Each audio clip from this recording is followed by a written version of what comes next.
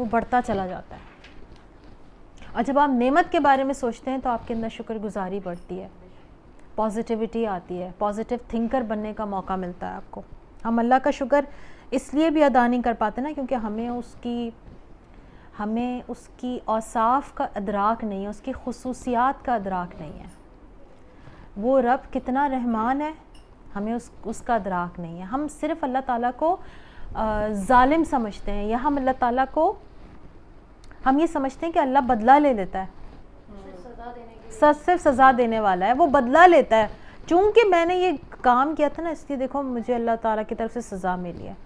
نعوذ باللہ, کیا اللہ کا ظرف اتنا کم ہے کہ وہ ہمیں چھوٹی سی بات پر ہم سے ہماری نعمت چھین لے گا؟ اس کے پاس کوئی کمی ہے بھلا؟ وہ ہم سے کیوں چھینے گا؟ اگر اس نے کوئی چیز لی ہے نا, کوئی آزمائش دی ہے, تو وہ ایک آزمائش ہے بس.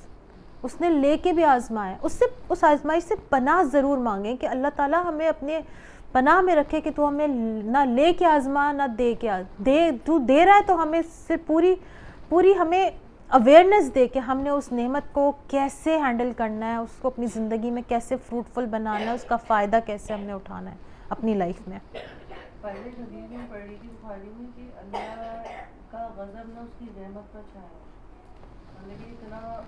یس, اللہ کی رحمانیت, اس کا جو نام ہے نا وہ رحمان ہے, وہ رحیم ہے, وہ قہار بھی ہے, وہ جبار بھی ہے. لیکن اس کی رحمانیت اس کے جبار, اس کے قہار پر کئی گنا حاوی ہے. اسی لیے تو وہ کہتا ہے کہ میں اپنے بندے سے 70 ماؤں سے بڑھ کے پیار کرتا ہوں. تو جب وہ 70 ماؤں سے زیادہ اپنے بندے سے پیار کرتا ہے تو وہ اپنے بندے کو سزا دینا چاہتا ہی نہیں, نہ وہ اپنے بندے کا نصیب برا بناتا ہے. ہاں, وہ اپنے بندے کو آزماتا بھی اس لیے ہے تاکہ وہ دیکھے اور اپنے بندے کے درجات بلند کرے آخرت میں. تو آئینے کے سامنے اپنے کھڑے ہو کے اپنی آنکھوں میں ڈاکیں ڈال کر محبت سے اپنے آپ سے کہیں شکریہ, تھینک یو, اپنے آپ سے کہیں محبت کے ساتھ. ٹھیک ہے, جیسے مطلب ایسا شکریہ ادا کریں جیسا آپ نے آج سے پہلے کبھی اپنا کیا ہی نہیں تھا. اور اس بات کا بھی شکریہ کہ آپ یونیک ہیں, اللہ نے آپ کو یونیک بنایا ہے, آپ منفرد ہیں. اگر اللہ نے آپ میں یہ انفرادیت نہ رکھی ہوتی تو آج آپ وہاں نہ ہوتے جہاں آج آپ کھڑے ہیں. تو اللہ اپنے بندوں کے ساتھ ظالم نہیں ہے, وہ اپنے بندوں کے ساتھ بہت رحمان ہے, بہت رحیم ہے. وہ ہمیں ڈھیل دیتا ہے, لیکن وہ ڈھیل اس لیے دیتا ہے کہ ہم سنبھل جائیں.